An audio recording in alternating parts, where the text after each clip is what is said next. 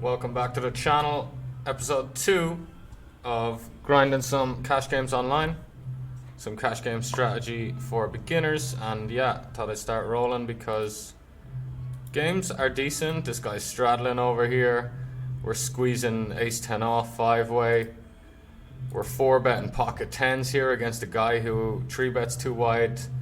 We saw him get a bit crazy with 6s in early position the other day. So yeah, it's all happening right about now. Hit a thumbs up on the channel if you want to see more of this content. But yeah, I've got some spots to play, so let's get into it. Squeeze 5-way, as I said. This guy calls a tiny bet on the flop. We can just push our equity a little bit and fold versus a raise kind of comfortably. I'm gonna check my tens. There's a bit of a dynamic here against Atum Enlatado. Yeah, diamond is a bad card. He does have a decent few diamond combos. Queen 10, Jack 10, Queen Jack, maybe 9-8, maybe 10-9. We don't know how loose he's being pre-flop. I'm all in with the 10s here. He's got some Queen X, maybe Jacks, but unlikely Jacks, unlikely Queen X as well. He's just got a bunch of worse hands. Go on. The reason I'm folding the ace 10 is like, what do we beat? Let's just keep it simple. A lot of the straight draws that you might suggest, they're actually gonna more than likely fold on a turn. Oh shit, I forgot to move the camera. They are banging out the tunes on the street, so sorry about the background noise, but we're just gonna go with it. Guess we'll play something of our own.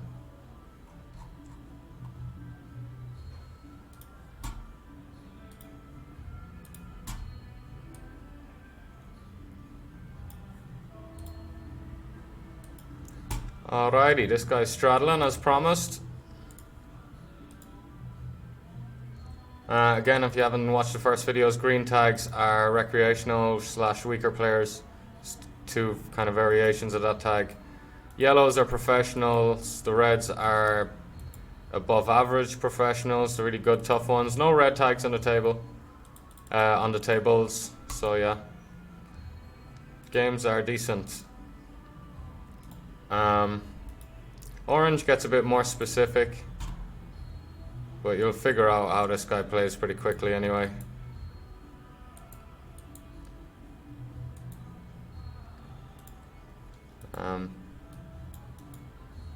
Ace 10 off, gonna fold. Small blind versus low jack, just the worst positions possible to be in. The position he's opening from, just to dive into it a little bit, the position he's opening from is the tightest and strongest position to open from on the table, while the position I'm in is like the worst seat in the house. First to act on every street, out of position against at least one and potentially two players. Just not a profitable situation, and we are looking for profitable situations. We're also looking to move over here. But yeah, we are a full-time poker player. Learned the rules age 17.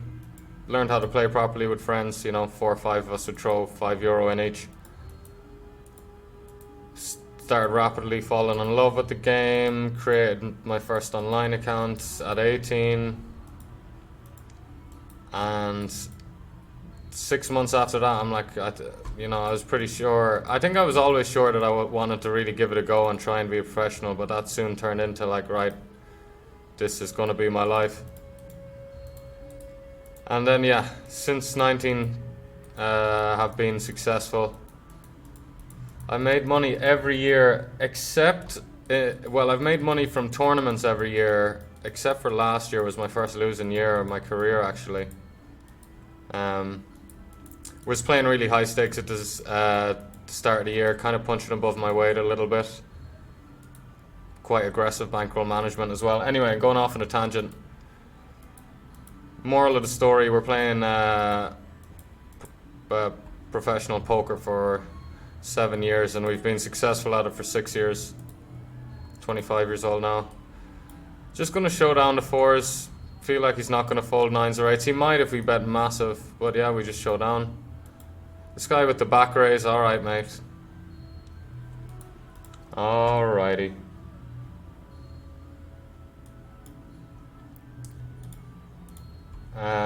Mainly play tournaments, but I do love cash. About 3 years ago I started taking cash more seriously, learning the ranges and the theory of cash and deep stack poker and ante-less poker.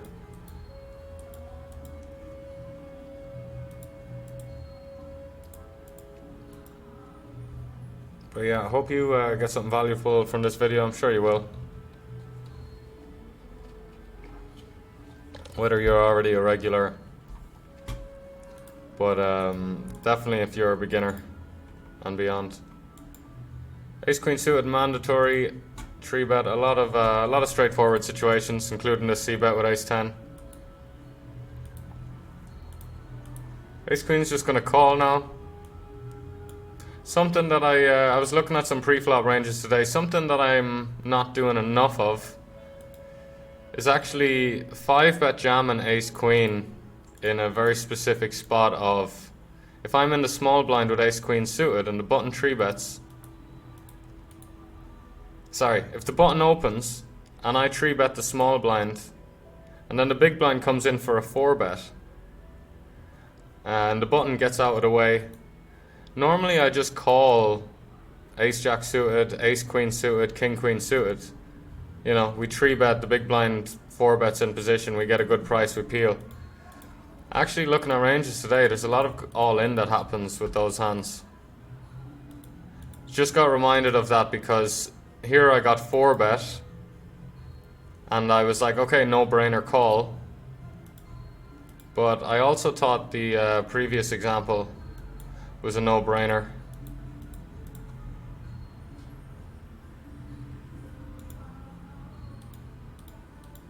Like I thought the small blind versus big blind scenario was a no-brainer, and then I saw that we actually 5-bet jam. However, I don't think that Ace Queen suited 5-bet jams, but you never know. You never know. I'm actually gonna check. Don't want to pull up ranges while I'm playing because it's against the rules. But I will screenshot the hand, check later.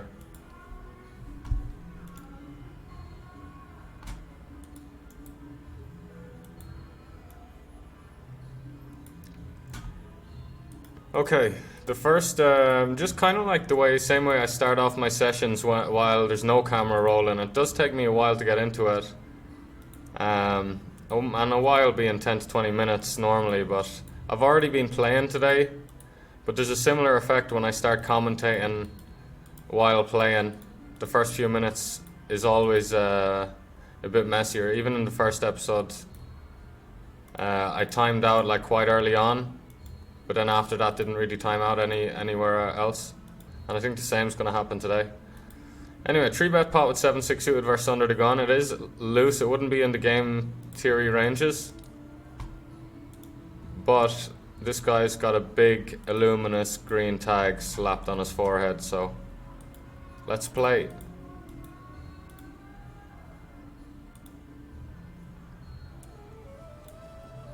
His notes aren't terrible, but he does have a wide VPIP. 7's tricky, man. 7's is tricky. It's another fold in theory. The small blind's kind of on the passive side. I'm just going to get in the mix here. When all these regs start seeing these videos, I'm going to start, my win rate's going to get worse and worse. But oh well, I kind of prioritize tournaments. Although, like, go through phases. I'm definitely on a cash game vibe right now. I've got some decent games on the apps. I've got good live cash where I'm living right now. And I've got a good time zone for cash games online. So it's kind of all pointing in the direction of, you know, grind some cash. I've started a new Excel sheet that's going to just track all my profit that I started the 1st of February. Or loss, you know, but most likely profit. But yeah, I had a really bad Sunday playing tournaments. I always play tournaments on Sundays because the tournaments schedule is way juicier on Sunday. One Sunday playing tournaments is equal like 5 weekdays, maybe 3 or 4 weekdays, because the guarantees and the prize pools are so much bigger, the fields are so much bigger. But it works both ways, you know. That's why, like, if you break even on a Sunday, it's kind of considered as a win, you know, because a lot of Sundays are, you know, you're either gonna lose a big amount or win an absolutely absurd amount. But yeah, last Sunday we lost a big amount, and it was just rough. We weren't even in for that much. It was just we didn't cash anything. Like, we played like over 30 tournaments and just brick, and that can yeah, that the whole vibe of tournaments can get a little bit toxic. You know, they're very emotionally testing. And as much as I'm used to them, playing them for over half a decade, there is times that I get a little more sensitive to the variance, and usually that'll come from stuff that's happened off the table. You know, personal life stuff, could be financial stuff, could be diet stuff, you know, not taking care of yourself, could be sleep related stuff, you know. Cash games is less intense, gives you a lot more flexibility and freedom to kind of to just start a session when you feel like you're ready to play well, and to end a session when you feel like you're not playing well anymore. I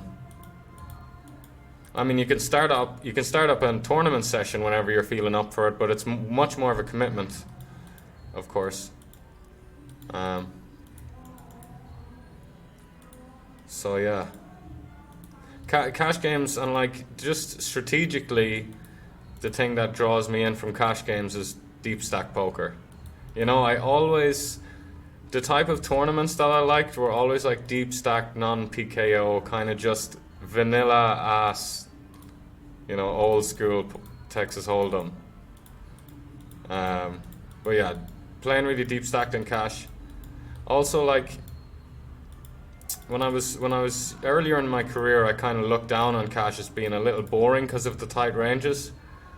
But when ranges get tight, it kind of gets easier to hand read as we turn the nuts with the redraw to the super nuts. Top left. Oh, you're gonna snap min raise me in position, mate. We love the big shiny luminous green tags.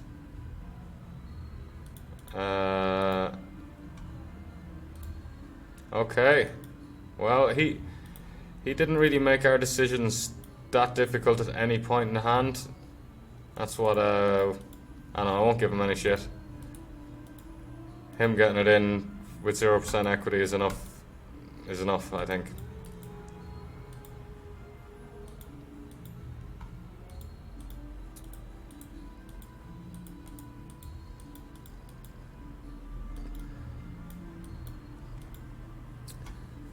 But yeah.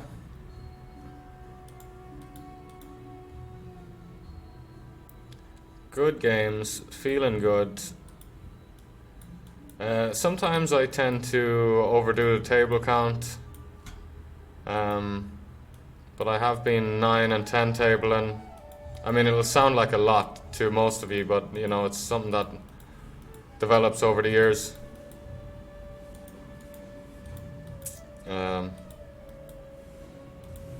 But I can still overestimate how many I'm comfortable with. I said this in the last video, and at the same time, I think other people can underestimate how many I can play comfortably.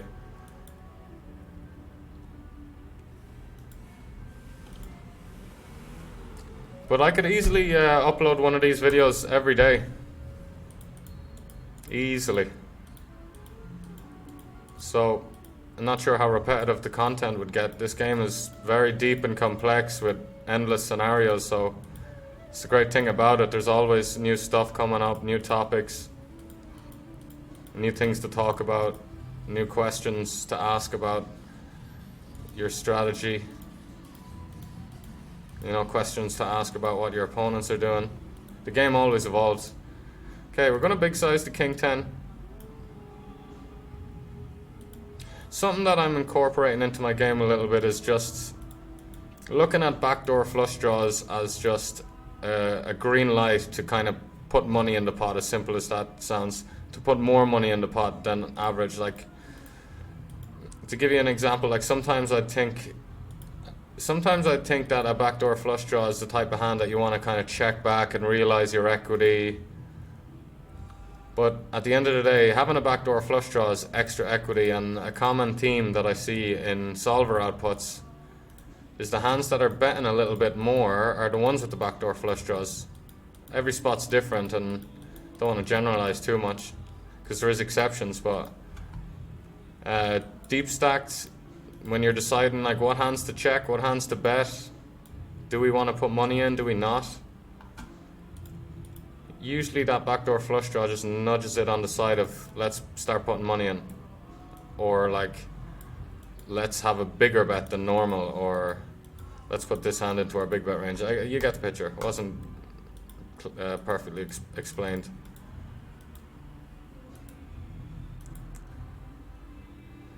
So he opens and we call pre, and then he goes for the double delay, meaning he checked all the way down to the river and then bet. It's pretty tricky to find like Jack 6 suited, Queen 4 suited,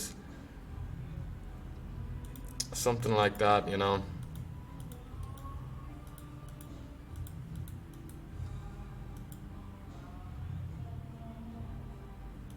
Maybe our hand is quite close there.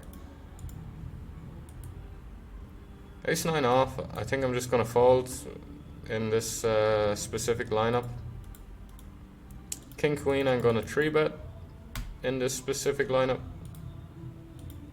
Probably do a lot of 3-betting here, but this actually is an example of a hand that I'll just muck if it's like reg and a big blind behind me and a reg that opened the cutoff. Particularly a good reg. Now someone who plays a lot of hands, we could just size up here on the button. You know, it's a very simple adjustment to make that people just never make, is like, you know, size up. If your opponent keeps calling your pre-flop, don't complain about that. Just 5x and open less.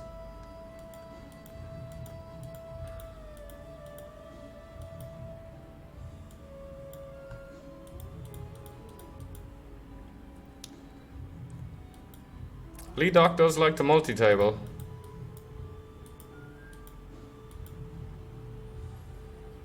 He likes to just swing around. 5-3 suited against a good reg. Don't think it gets in there. Aces.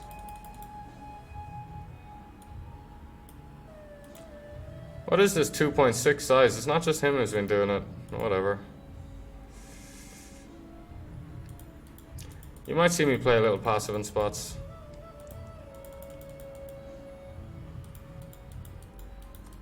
It's one of the first things that having too many tables will start to, in terms of things that negatively impact you from too many tables, like playing a little bit too passive in spots, not hitting your minimum defense frequencies, as it's called. Like, when somebody bets, you have to defend against that bet a certain amount of the time. You can't get, otherwise people will like just run you over. Here we're going to size up. We can get value from 9-8 suited, 8-7 suited, King 10's a double gutter, all the Jack X, pocket 10s. You know, as much as we lose to like 10-8 suited on the sets, there's still more value to be got. If he jammed in position, our equity would go from like looking pretty good to just shriveling up to like 25% against range or something.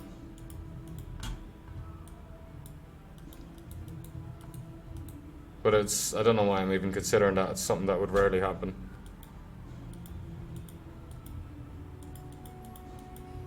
But I guess the reason I consider a lot of things that could possibly happen is that allows me to play quicker because I'm already kind of considering the different possibilities.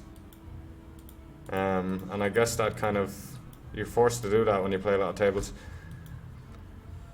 I showed a friend who also plays cash and is much better schooled on cash game theory than me, and I showed him a hand where I played a bit loose against a fish in the small blind that 3-bet small, and like that's logical, right? You want to play against a weaker player, yada yada, but it's a common thing you see with a lot of fish is with a lot of recreationals is like they won't 3-bet that spot enough at all. So they're generally like really good hands in situations like that. They're 3-betting a very small percentage of hands. Like there's a very small percentage of hands that they just logically look down on and see, oh, this is, I'm going to 3-bet this. It's like not many natural 3-bets. It's only the real top percentage. Not going to put in any money with my 6 high.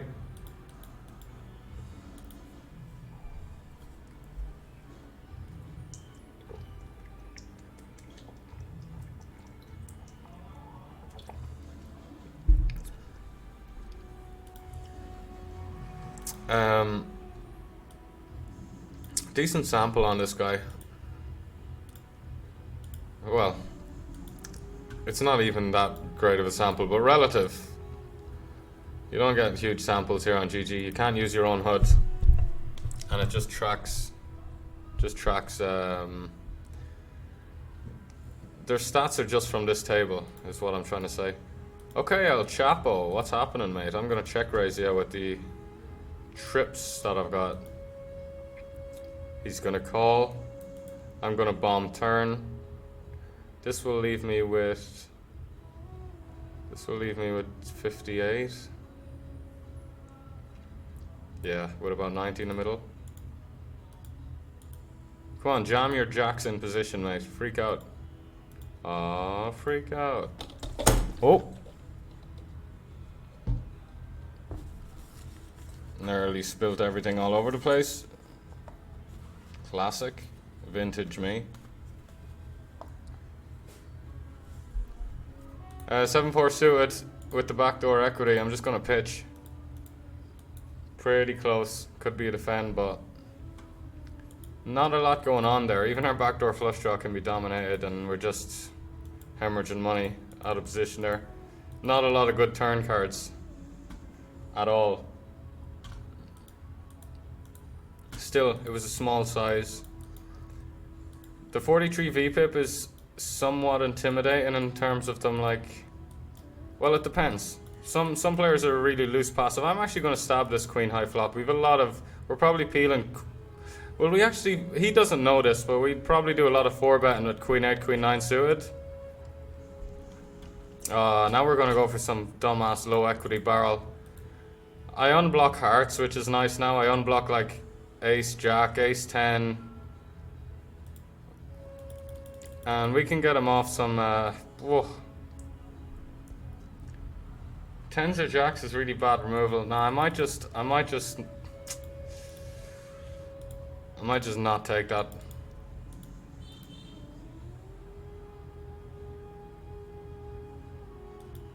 Yeah, go on then. Yeah, these are the type of hands. We blocked 8s. 9s just turned to set. So it's like 10s and jacks he could have. He could have some ace highs that we could target on the turn, which is like very reasonable hand category to target. But like that's literally the last thing I thought about before I decided to wave the white flag and shut down was how are jacks and 10s going to respond, and they mightn't even fold on the turn. But if you roll the tape back, I was kind of mumbling to myself like how like jacks and 10s is bad removal there. Jacks and 10s does block my bluffs. So jacks and 10s is probably like the types of hands you want to fold, but in practice I think people just aren't thinking about it that way enough and just kind of are thinking about their hand in absolute strength, like queen X, jacks, 10s, You know, like instead of really like it's about the removal effects of your hand. Okay, we made a tin value bet with king queen. This would be a tin big bet, but El Chapo's in the hand, so we're going to take it with the 9-7. If we had like king queen off with the king of diamonds, would be a pretty badass re-raise. He can have sixes, he can have some flushes. I don't give him credit for flushes too much, because he just checks back twice.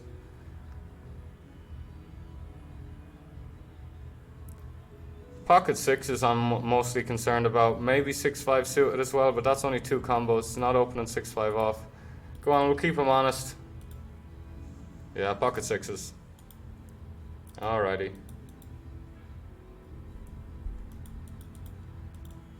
10-7 suited, this is the cutoff. Oh, there's the first red tag of the session we see. It's time to duel.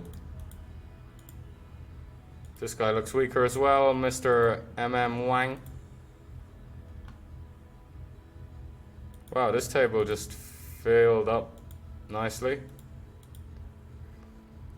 For future reference in the video, we'll go table 1, 2, 3 on the top row, 4, 5, and 6 in the middle, 7 and 8 the bottom tables.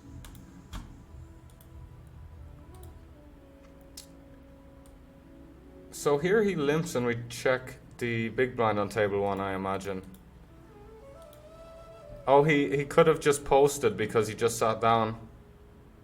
Don't want to go for it though. Yeah. I had the luxury of having a heart in my hand. You'd rather, if you're going to bluff some nonsense hand there, to get him to fold some nonsense hand, you know, you want to have a heart, and we did. And the other thing you want to kind of think about when you're choosing what hands to bluff there, like the weaker ones are better because there's more value in bluffing weaker hands because there's more hands that can fold then, you know. So we did 9-5 off with a heart there. Could have been one to just stab. Or we could just stab really high frequency and bluff that spot a lot if we have that read that he's just like, he just sat down and posted. I'm not 100% sure that happened though. If he limped in, if he had the choice to like play the hand or not, then I definitely wouldn't bluff. But the fact that he just sat down and had to play the first hand with any two. Okay. This guy's played 20 hands, not much of a sample. I mean, you know, you're going to be making mistakes trying to read into a 20 hand sample.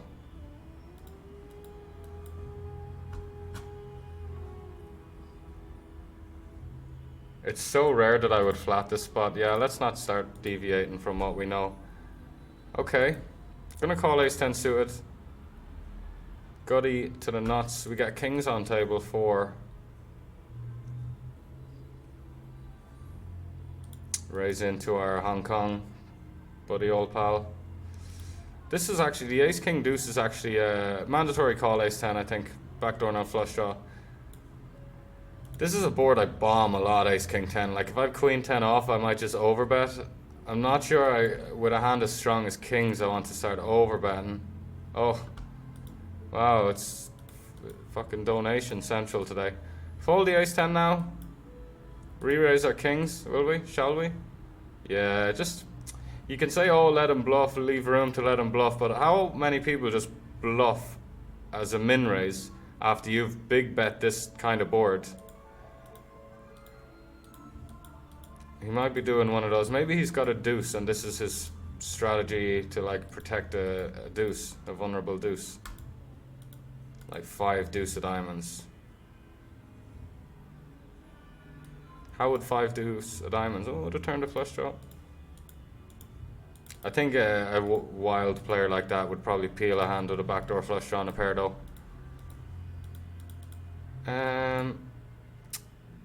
Yeah. Just the king, honestly. You know, he's pretty fucking good. He's pretty good. Now, a lot of the times you think a player is good, they have been kind of winning at showdown a lot. They have been like getting dealt a lot of good hands, but There's a little bit of that happening. Like he always has the best hand at showdown, but I don't always see his cards, and he scoops the pot, you know. We don't know what's going on. There's a lot of very strong Russians out there. Very, very strong. Queen Jack off, it's just about the lineup. I think I take it because it's right on the line. So here I'm going to overbet the ace queen. He can have ace 3, ace 4. He can have ace x of hearts. He can have 9 x of hearts. If he wants to fold kind of weaker hearts, then so be it, you know. But oh, gonna bluff. We unblock diamonds here, and probably should overbet the queen jack to really polarize, because we have queen jack, jack 10. We have queen 10. We might even have 6-5 suited. I mean, we do have 6-5 suited and all that jazz. A hand like queen 8 of diamonds. I can definitely think of bluffs. I think he's going to like hero call, especially if he doesn't have a queen jack or 10 in his hand. That's why we talk about removal. He wants it to be more likely that I have got a hand like this. So king 8 is a better call than king 10 here.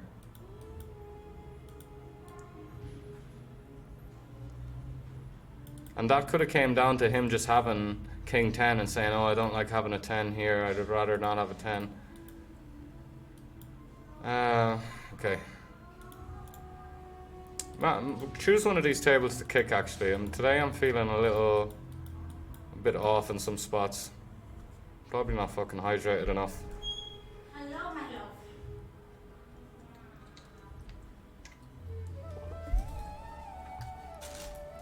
Oh. You not hear me?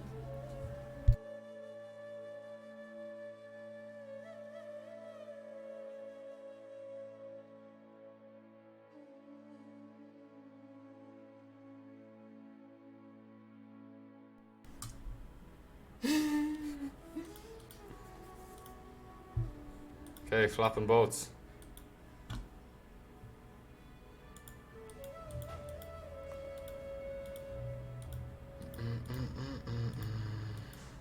Don't know why I'm tanking so long with queen 10. Flopping boats.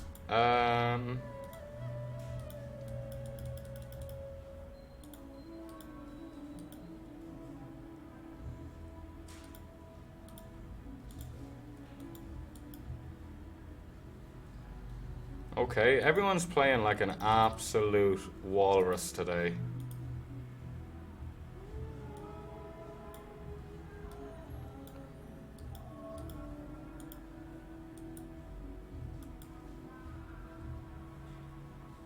I see good tables. Dang. I mean, we gotta raise there. We gotta raise. A lot of his flush draws can be now combo draws, and on top of that, or like more importantly, he's not gonna fold ace-x, he's not gonna fold trips. We might just call trips, but when we have the boat, yeah. Happy to just try and get value from hands that have 0% equity, along with getting value from ace-x. That is quite low equity. El Chapo will size up against him. Don't like to bluff guys like this, but I don't think a small size is going to do much. I'm not going to check, and now I'm going to give up. Having the ace of spades is quite bad. We want him to have like ace queen of spades, ace 10 of spades, ace 5 of spades, hands like that. So then he'll like, because those hands are going to snap fold the turn. More sets. This is an interesting board. Jack 10 9 suited, super deep. I mean king queen 9. Sorry, king queen 8 7 are already dusty cards. How many hands has this Sparta guy played? Backdoor straight draw. We could half pot the queens on the turn there, if we so wanted to. What are we folding here? King 8, that's a call. Oh, we're gonna bluff the ace queen now. Sorry, El Chapo. He could have been trapping us, but like, now our ace king just drills the river, and yeah, it's a really good scare card, that king. Now we're just gonna go full pot. Hopefully he heroes ace high or pocket fives. What is this, Sparta? Jack's full? Why are you jamming the turn then, bruv? Half pot with queens is quite nice. The thing I like about that half pot turn play with queens is people play really straightforward against it. And a common kind of misconception that newer players have is like, well, it's not really a conscious misconception. It's more of this subconscious thing, this disconnect where they think they can change the fact that they're going to lose at showdown. You can't change who's got the best hand at showdown, but you can extract information, really valuable information, that you don't have the best hand at showdown, and then you can fold, you know. Let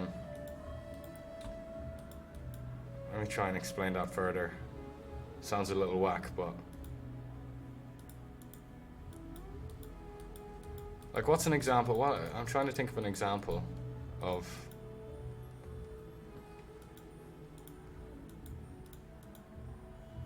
And come back to it.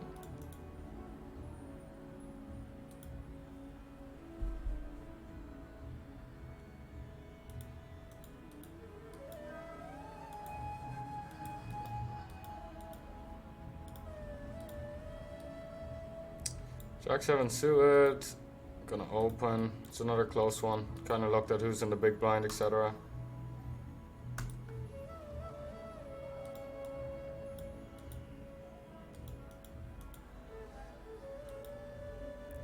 Jack off, gonna fold.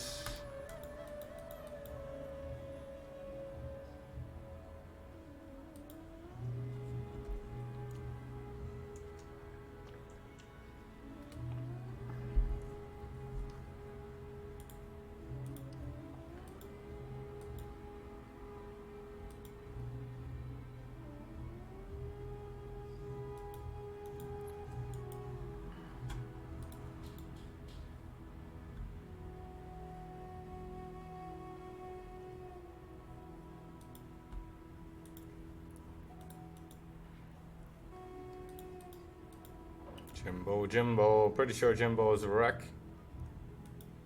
Quite a loosey-goosey one. We're gonna squeeze nines. Probably not gonna cold 4-bet nines against a Tum squeeze very much, because as much as I want to, but try and get a 60% size going here. 13, bum bum bum. King 5 suited, pitch, another one on the line.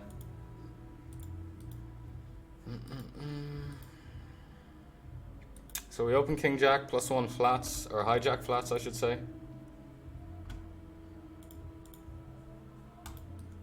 8-7 off, we'll just go ahead and open into these lads. Guess I'll min raise with the small blind being so shallow.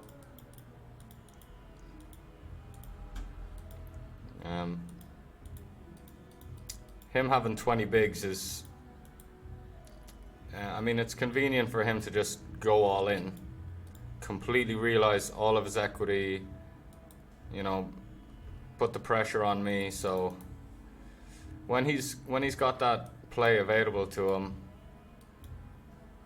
we want to like disarm that a little bit by just min raising and not like 3xing to make his play even more profitable, or even 2.5. Did we value on ourselves? What happened here? Surely not. Okay, he had King 10 suited. Queen 3 suited here is interesting, man. I think it just folds. It would fold heads up. I don't know though. I'll get in the mix, man. Get in the mix. It's a problematic hand, but like with top pairs, even with flushes, 100 deep against ranges that can contain like hands that really crush us. Ace X of spades, King 10 of spades, etc.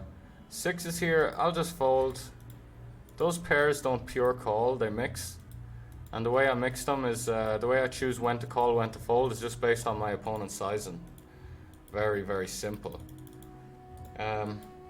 Leading Queen 3 here, it's something that I kind of like doing, but it's something you don't see in theory. I think here's quite a bad example of a spot to do it, actually.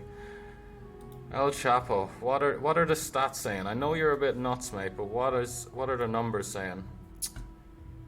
I'm gonna fold Queen Jack here. I could 4-bet it. I could just take it to the streets with him. I'd say 4-bet is better, and that does seem a little outlandish and loose. Like in theory, Ace Jack off just folds there when button 3-bets against our hijack open. 1/7 pot, something like that. Go on. I don't want him to check. Well, what's... I don't know, man. I don't think there's that much value to be got here now that I think about it.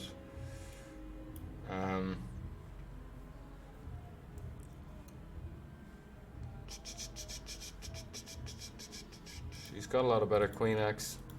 He's got some Jack X. But yeah, bit of a blunder hand, man. Shouldn't have been considering leading the... Well, he's gonna check back that turn a lot, which is why I'm considering leading it, but the type of hands that he bets the flop with are polarized to the degree that like he's got hands that are just going to snap fold against my lead. Like his worst hands are just going to snap fold against my turn lead, and we're only going to get called by better there. So that's why I don't lead the turn. And that still applies on the river. You know, the same concept applies on the river. Like, he didn't just bet pocket tens on the flop for 40% of the two players with two overcards. But I thought, oh, if I bet such a small size, it's okay. No, it's not okay, actually. It's the same concept. If your bet can't get value, then what's the point? And it's even worse on the river because there's like no protection to get at that point. So yeah, as small of a thing as it looked, betting 2 big blinds on the river there, just lighting 2 big blinds on fire in a sense. So you could argue that it sets a price against better Queen X, but I would just come back and say, no, we can set the price to 0 against better Queen X by just check folding the river, because his range is quite defined at that point anyway.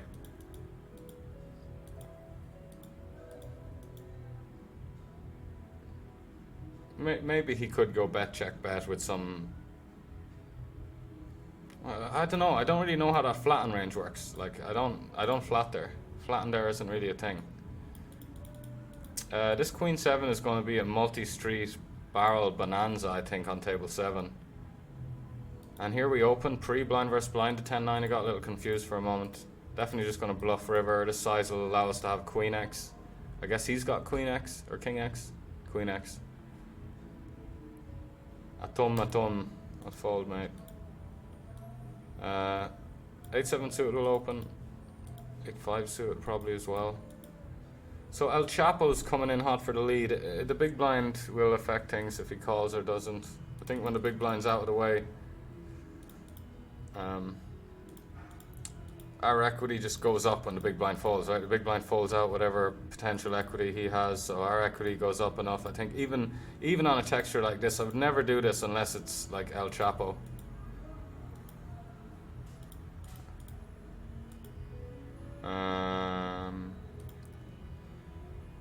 I'm gonna half pot the turn. I mean, he could have Queen Jack offsuit. He could have Jack 10 offsuit's unlikely. I'll check back.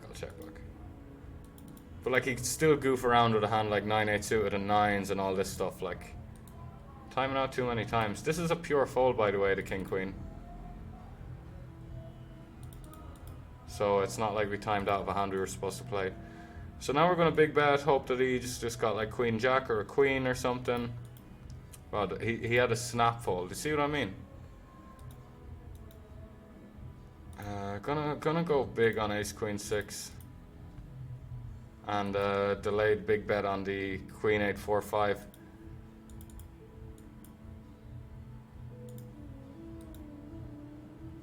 Interesting river. I'm really bad at checking back good hands that could value bet. Like if there's a spot on the river where I could value bet or make a good discipline nitty-ish check back, I'll always go for the value bet. But he doesn't have Queen X. Why doesn't he bet club combos? Let's see it. The reason I said he doesn't have Queen X is because he checked the turn. And fair play to him, man. Fair play to him for checking the flop and the turn with that. It's not something that players do too much. Okay, we might have an all-in on table 4. Tomorrow's episode we're going to do less tables. We're going to do less tables, promise you that. Because today we've been a little bit messy. I think it's honestly down to just me not being that as with it today. Whether that's, I didn't sleep as well as I normally do. So, just a little bit off it.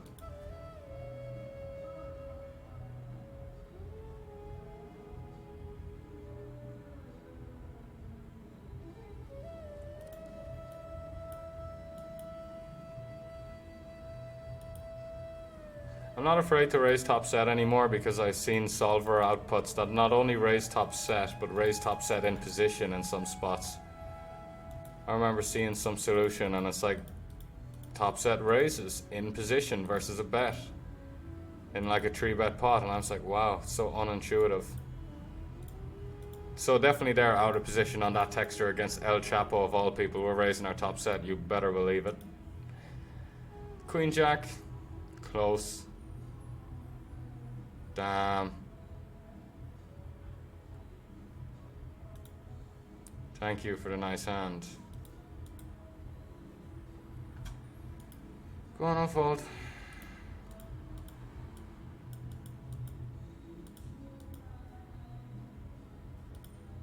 Goodbye.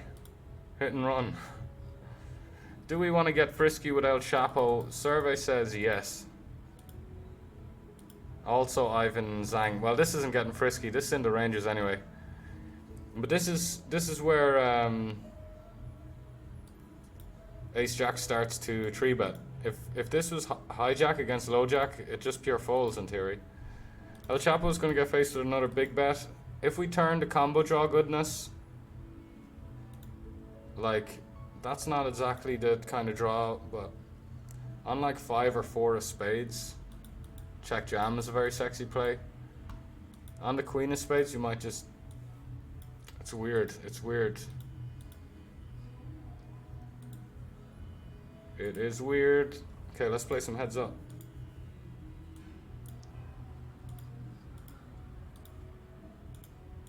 I guess not. We got a recreational taking a seat.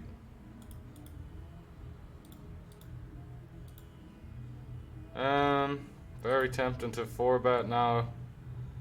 But yeah, don't want to play against just the king out of position with like weak hands that don't need to 4-bet. Or in general, I don't want to play out of position with weak hands that don't need to like put in money, whether that's 4-betting or whatever. Check call and check raising. Double gutty on table 8. Man, I'm gonna call ace king suited here, I think. Gonna call ace king suited here, I think. How many straights complete there? Yeah, okay. Small ace queen, fold ace 7, pure. We could call king jack because the lineup is so juicy, but nah, I'd rather just start raising in position with a good playable high equity hand against a weaker player that tends to... They're loose passive is their tag. Ace king here, we could... Yeah, we'll just check back. I don't even think we want to fold out like hands we dominate, as obvious as that sounds. Like if he's got king queen of clubs and we bet the flop small and he folds that, it's probably a bit of an L for us. We want a cooler king queen. We do want to like fold out other ace king combos though, I think. I'm going to 4-bet the ace 9 suited and I'm going to call our gutty to the nutty here with the king jack. Okay. 6-2 suited. Okay, I'll get out of there, man. Good price, but dodgy implied odds. Hopefully showdown against the worst ace x and not chop with ace king. I'd love to dive into what I'm doing there and, you know, yeah, I guess I can. It's not a disaster. And they're Russian anyway. They mightn't speak English. They mightn't see this. I have them as a nittier player. I hate saying this, man, because because Nitty, or if somebody hears you call them Nitty, then they have a pretty good strategy to play against you, a pretty easy one. Anyway, I'm never really 4-betting this guy. He is a regular, so if I 4-bet him, I really think he's just going to give me credit, because I just never 4-bet the guy. So it's kind of like I'm playing this strategy of like calling my range.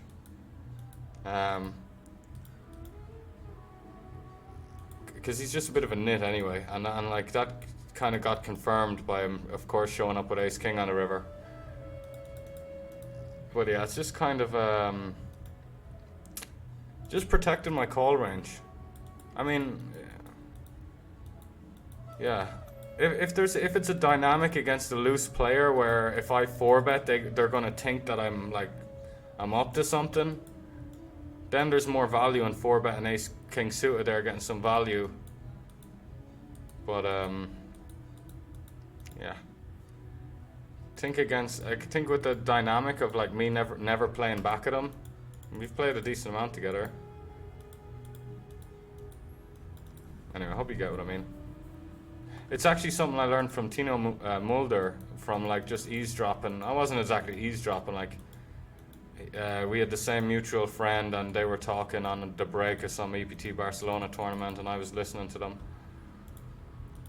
And Tino Mulder had this spot, who's one of the greatest Texas Hold'em players of all time nowadays. But he had this spot in like some 10k EPT tournament where he was in position against a small 3-bet. And he had like ace queen offsuit or something. And it's not a crazy exciting hand, but I learned a lot from it. And he really regretted 4-bet jamming. And he said something like, he was like, I don't know, man, their 3-bet is so small, I nearly just want to call my entire range, because when somebody gives you a really good price and you're gonna you're gonna call a lot of hands against that, when you 4-bet, then it kind of makes your 4-bet range quite strong. So yeah, that just really taught me something about kind of protecting my range as a whole.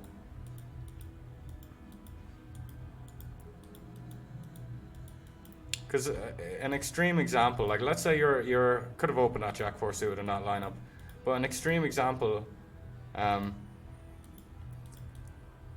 on, let me play this spot first. I've set on a 4 straight. Yeah, this is the weird thing if he bets really big. I mean, I think versus that size I call with the implied odds. He could have like ace king that's gonna shut down river as well. Maybe like ace 5 of spades that might shut down river. Yeah, correct. Oh, he had the bottom end of the straight, that big bet. That's so weird, but kudos to him. He did also open 8-7 off under the gun, which kind of fits. Two things kind of go hand in hand.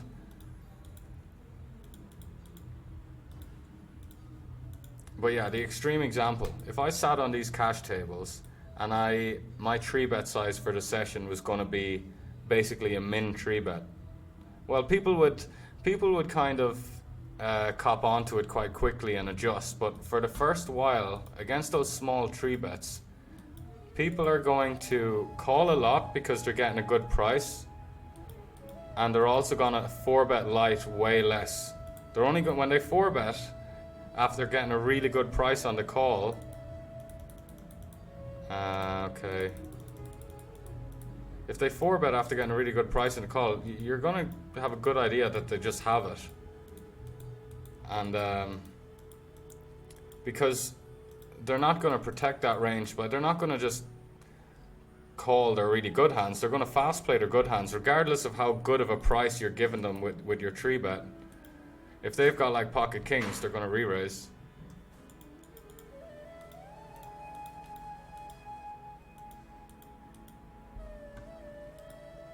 Nine 8 suited here against the reg. It's just a fold. It's not even a pure 3-bet versus cutoff, which shocked me when I found that out.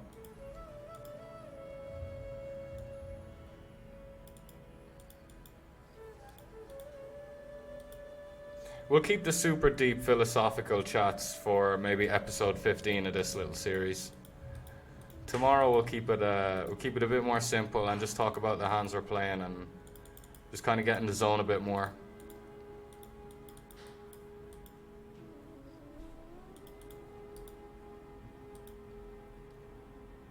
What's going on here? We opened a button and he's in the big blind.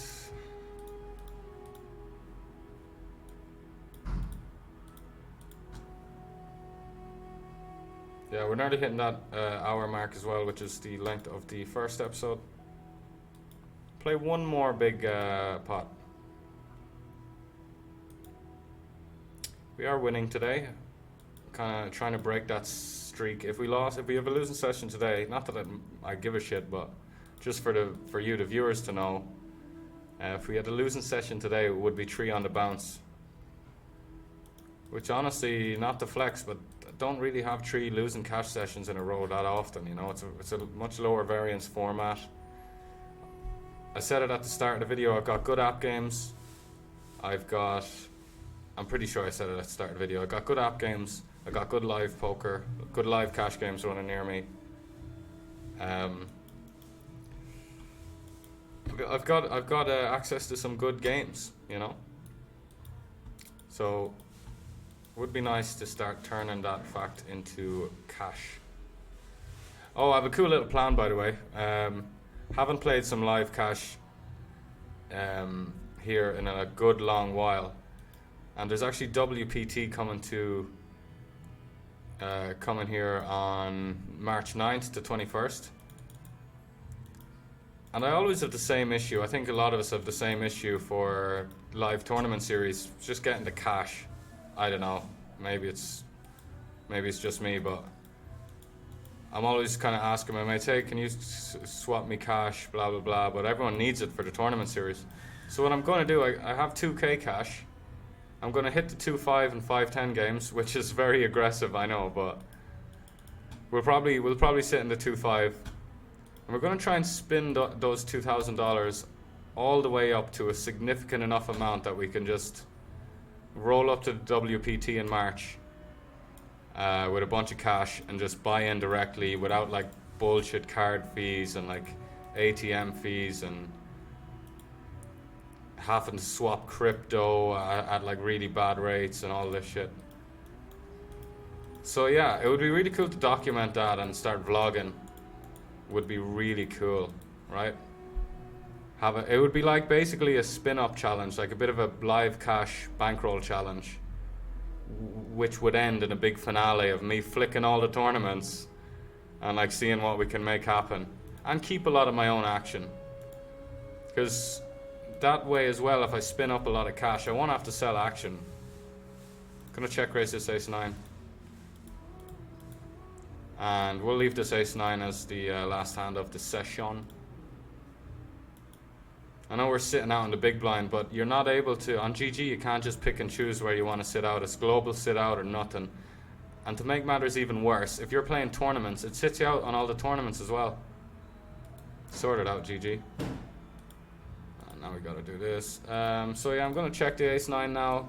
Our equity is, like once he bets flop big and calls a check raise, even though it was only a 3x check raise, once he calls our check raise, our equity goes down significantly overall. Then when the turn 8 completes a bunch of straights, completes like 9-8 suited. But then when he checks back the turn, our equity like goes back up now. But I am just gonna block. We could just check fold. Check fold could be totally reasonable. Because he could have a hand like queens, or he could have a hand like queen jack of clubs, right? There's not much point in betting against those fucking hands. Yeah. Another blunder, another bad bet on the river that wasn't thought out enough. Like, we either just win or we lose to like an overpair. So betting the river, he's not going to call with a worse hand. He doesn't have worse hands that wow, these games are really good. I do want to stay sitting out though. Fucking hell. See the way it popped up there that I'm like, it says, oh, are you back? It sits me out in a different way there. So if I like don't sit back in on this top right table, it's going to kick me off the table, which I don't want right now. But I do just want to sit out. Right. Appreciate you sticking through this one. thumbs up on the vid. Tomorrow will be a lot more concise and just focused on the matter in hand, which is battling these lads. And yeah, hopefully we can get some traction going on this. See you in the next one. Talk to you later.